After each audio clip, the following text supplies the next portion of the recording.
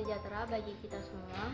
Perkenalkan, nama saya Aura Wilma Mitali dengan NIM 24011100022. Pada kesempatan kali ini, saya akan memaparkan materi mengenai administrasi pendidikan yang mencakup hakikat administrasi pendidikan, berbagai bidang administrasi di sekolah, hingga supervisi dan penjaminan mutu pendidikan. Materi ini penting untuk dipahami karena administrasi pendidikan berperan besar dalam mendukung tercapainya tujuan pendidikan secara efektif, efisien, dan berkelanjutan. Melalui pemaparan ini, diharapkan kita dapat memahami bagaimana pengelolaan pendidikan dilakukan secara sistematis serta siapa saja pihak-pihak yang terlibat di dalamnya. Yang pertama ada hakikat administrasi pendidikan. Administrasi pendidikan adalah seluruh proses kerjasama yang dilakukan secara sistematis dan terencana dalam penyelenggaraan pendidikan untuk mencapai tujuan pendidikan secara efektif dan efisien. Hakikatnya bukan hanya urusan tulis-menulis, tetapi mencakup perencanaan, pengorganisasian, pelaksanaan, pengawasan, dan evaluasi seluruh kegiatan pendidikan. Contohnya, penyusunan program sekolah, pembagian tugas guru, hingga evaluasi kinerja sekolah. Tujuan administrasi pendidikan adalah mendukung tercapainya tujuan pendidikan nasional dan tujuan sekolah. Visi administrasi pendidikan adalah terwujudnya sistem pendidikan yang tertata, bermutu, dan berkelanjutan dengan misi mengoptimalkan seluruh sumber daya pendidikan. Pihak yang terlibat meliputi kepala sekolah, wakil kepala sekolah, guru, tenaga kependidikan, pengawas sekolah, peserta didik, orang tua, dan pemerintah. Yang kedua ada administrasi tata laksana berbasis ICT. Administrasi tata laksana berbasis ICT adalah pengelolaan administrasi sekolah dengan memanfaatkan teknologi informasi dan komunikasi untuk meningkatkan efisiensi, akurasi, dan transparansi. Bentuknya antara lain penggunaan sistem informasi sekolah, e-rapor, e-arsip, aplikasi keuangan, dan database siswa. Prosesnya dilakukan dengan digitalisasi data, pengolahan informasi secara daring, serta penyimpanan data terintegrasi. Tujuannya mempercepat layanan administrasi dan meminimalkan kesalahan manual. Visi administrasi berbasis ICT adalah terwujudnya sekolah modern dan adaptif terhadap perkembangan teknologi dengan misi meningkatkan kualitas layanan pendidikan. Pihak yang terlibat antara lain adalah kepala sekolah, operator sekolah, tenaga administrasi guru, siswa, dan dinas pendidikan. Yang ketiga ada administrasi kesiswaan. Administrasi kesiswaan adalah pengelolaan seluruh kegiatan yang berkaitan dengan peserta didik sejak masuk hingga lulus dari sekolah. Kegiatannya meliputi penerimaan peserta didik baru, pendataan identitas siswa, absensi, pembinaan disiplin, layanan bimbingan konseling, hingga pencatatan prestasi dan kelulusan. Contohnya pengisian buku induk siswa dan pengelolaan data di sistem Dapodik. Tujuannya memastikan siswa memperoleh layanan pendidikan yang optimal. Visi administrasi kesiswaan adalah terwujudnya peserta didik yang berkembang secara akademik dan non-akademik. Pihak yang terlibat meliputi kepala sekolah, wakil kepala sekolah bidang kesiswaan, guru, wakil kelas, guru BK, tenaga administrasi, siswa, dan orang tua. Selanjutnya yang keempat ada administrasi kurikulum.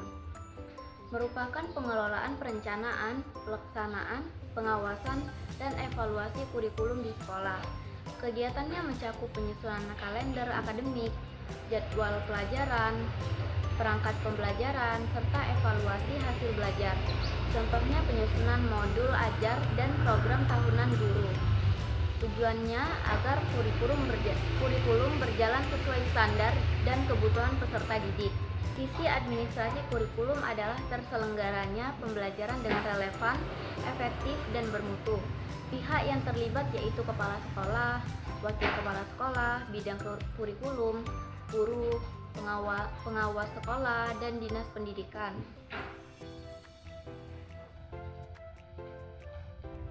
Selanjutnya ada administrasi personalia. Administrasi personalia adalah pengelolaan sumber daya manusia di sekolah, baik pendidik maupun tenaga kependidikan.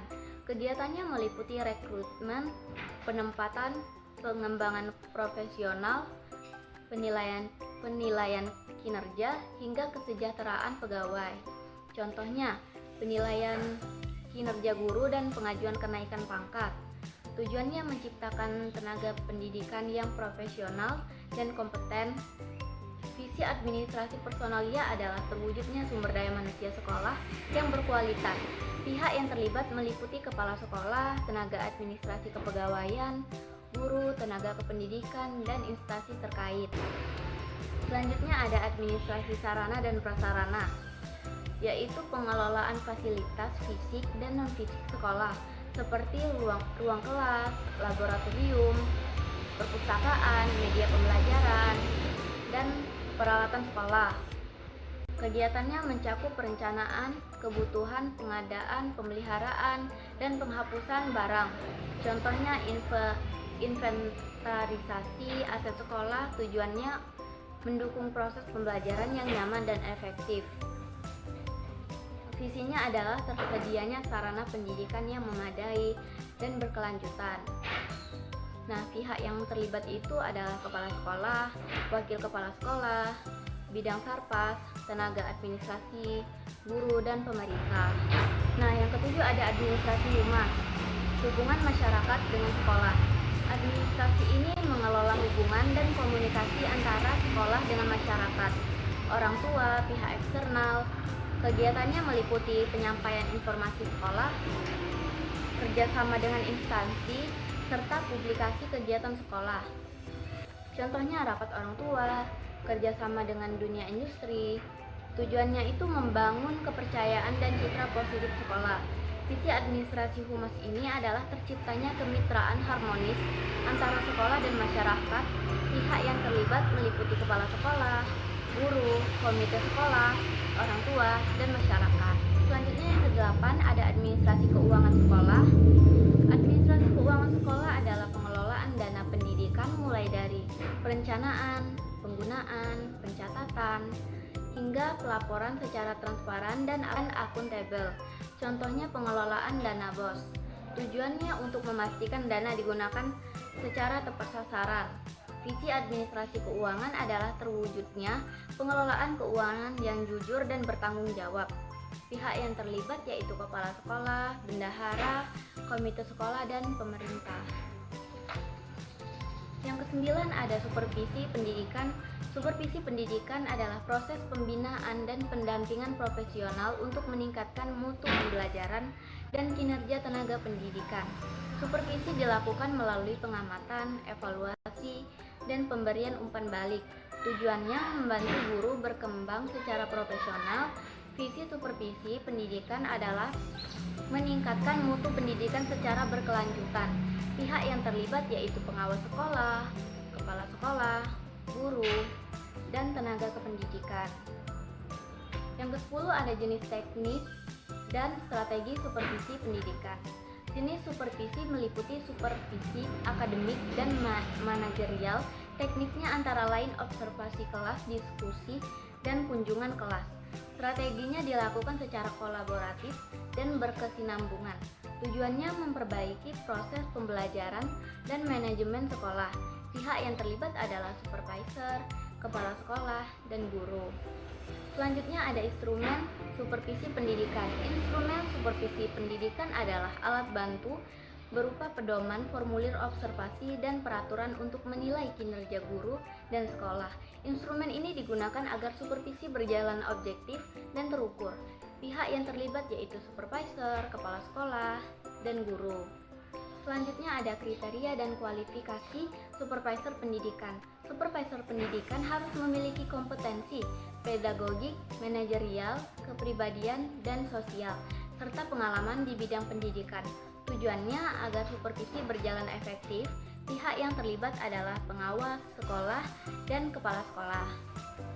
Yang terakhir ada supervisi dan proses penjaminan mutu pendidikan. Supervisi merupakan bagian penting dari penjaminan mutu pendidikan karena berfungsi memastikan standar mutu terpenuhi dan terus meningkat. Prosesnya dilakukan melalui evaluasi, perbaikan, dan pengembangan berkelanjutan. Visi penjaminan mutu adalah tercapainya pendidikan berkualitas. Pihak terlibat meliputi pengawas, kepala sekolah, guru, tenaga kependidikan, dan pemerintah. Demikianlah pemaparan materi mengenai administrasi pendidikan yang dapat saya sampaikan. Semoga penjelasan ini dapat menambah pemahaman kita tentang pentingnya administrasi pendidikan serta peran berbagai pihak dalam mewujudkan pendidikan yang bermutu. Saya menyadari bahwa dalam penyampaian materi ini masih terdapat kekurangan, oleh karena itu saya mohon maaf atas perhatian Bapak, Ibu, dan teman-teman sekalian. Saya ucapkan terima kasih. Wassalamualaikum warahmatullahi wabarakatuh.